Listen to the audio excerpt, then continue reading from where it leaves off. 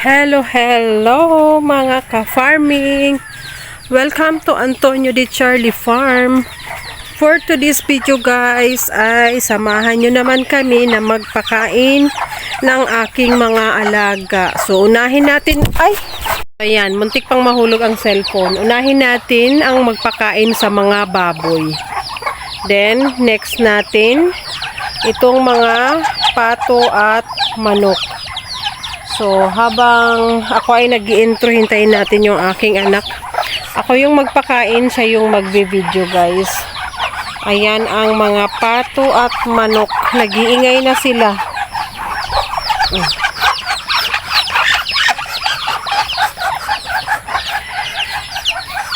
Ayan ang aming likod bahay, guys.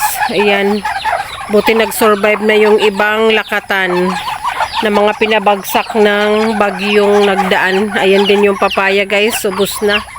So ayan, magpakain ako ng baboy. Unahin ang baboy, then next natin ang mga pato at manok, then ipapasok ko na yung kambing. Kasi nag-iingay na guys dahil mukhang uulan mamaya. Medyo umaambon-ambon na ngayong hapon.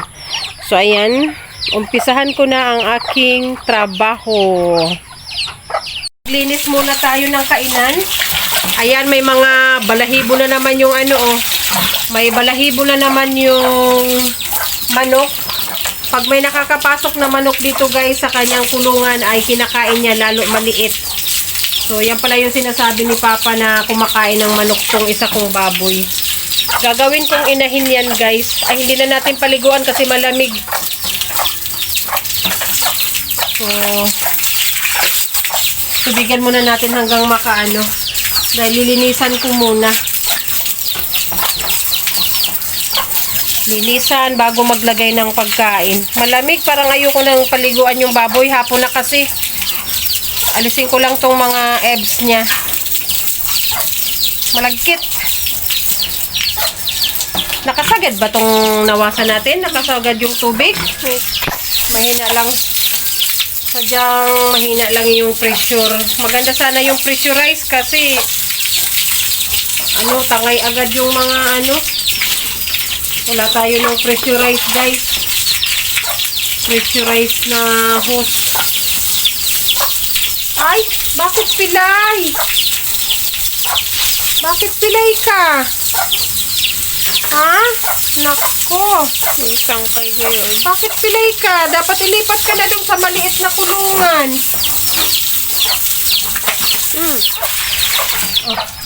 Off mo muna tika yung tubig.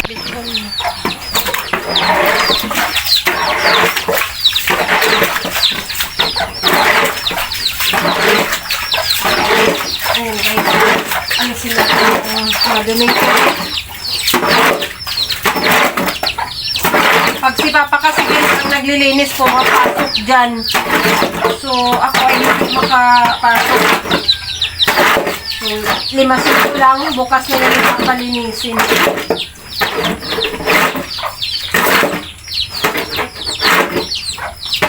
Ba't pala ito? Nagsangkay ngayon. May may pula sa Pilay ba o sexy lang maglakad? Sexy lang maglakaw.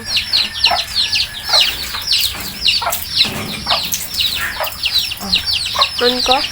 On mo na. Diyan mo. Nagkarigos baga siya. Ay.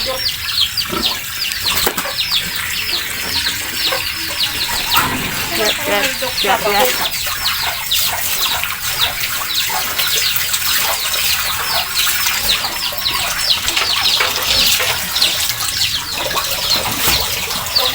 Puno.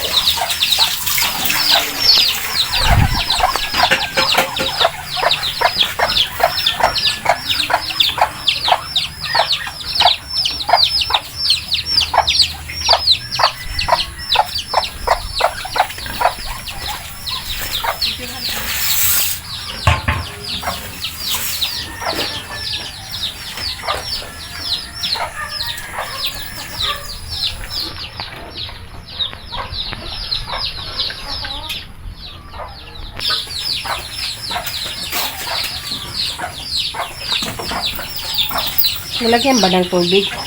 So, ayan guys. Minom na siya. Lagyan na natin ng garak. So, dapat hindi siya mapuno.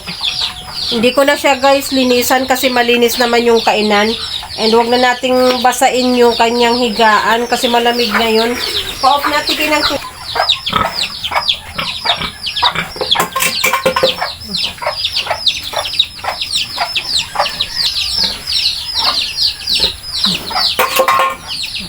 na yan. So, ayan. Habang kumakain guys, ang ating mga baboy, maglalagay na ako ng pagkain ng mga pato at manok.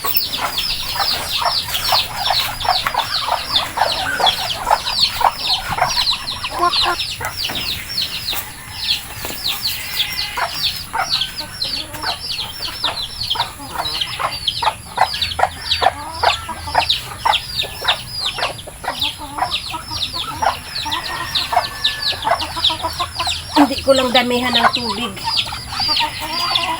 Oh.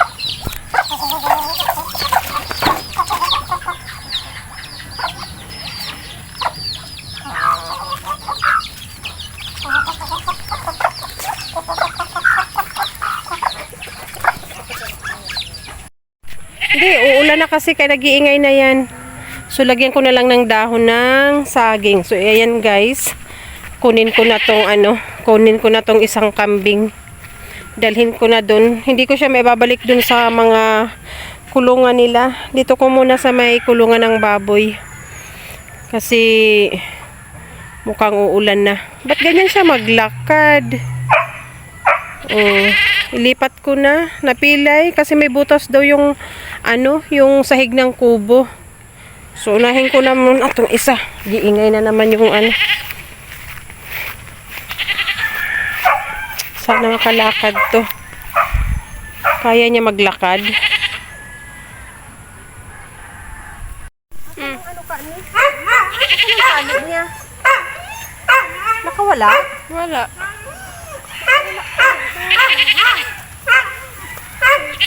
Mabait.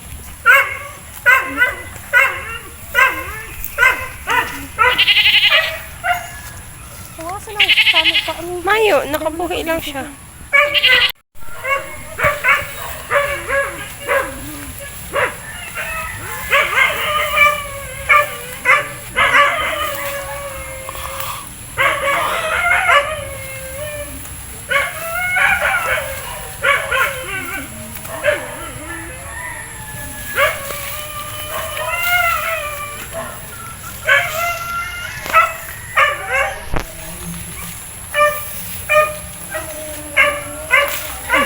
Lumulupot na kasi.